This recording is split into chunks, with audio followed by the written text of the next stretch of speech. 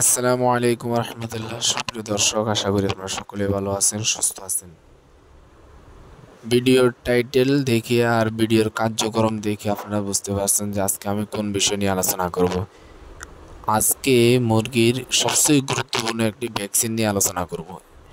এই অনলাইন থেকে আপনারা যারা মুরগি সংগ্রহ করেন, আপনার জন্য কিছু দিক নির্দেশনা দিয়ে দেব।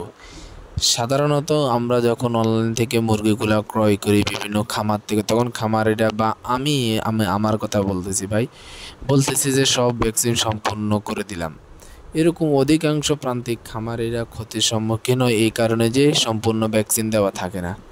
তো আমাদের যে মুরগিগুলো দেখতেছেন, এগুলো হচ্ছে যাই 10 থেকে 11তম দিনে আমরা এই ভ্যাকসিনটা ঘাড়ে দিয়ে দিচ্ছি। এটা কতটুকু কষ্ট করে এটা আপনারা দেখলেই বুঝতে পারছেন। আর এটা সকলে দিতে পারবেন, এটা এক্সপার্ট লোক ছাড়া দেওয়া মুশকিল।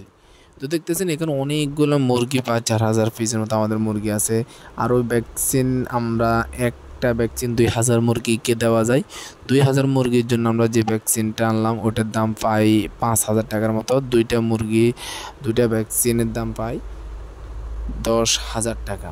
তো সাধারণত যদি আমি 10,000 টাকা না খরচ করতাম বা না দিতাম, আপনারা কিন্তু কেউ দেখতেন না।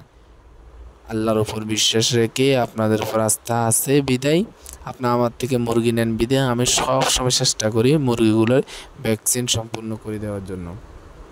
কারণ অধিকাংশ সময় ভ্যাকসিন সম্পূর্ণ না থাকার কারণে মুরগি অসুস্থ হয়ে পড়ে।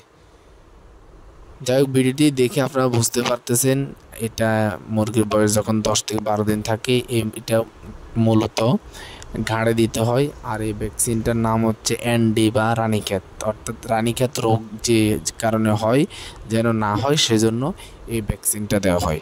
আরেকটি কথা হচ্ছে এটা দুইটা ভ্যাকসিন একসাথে, একটা হলো S9 অর্থাৎ বার্ড ফ্লু যেটা বলা হয়, আপনারা ফেসবুক অথবা ইউটিউবে চার্জ দিয়ে দেখে নেবেন বার্ড ফ্লু এবং এনডি কী কী কেন মারা যায়।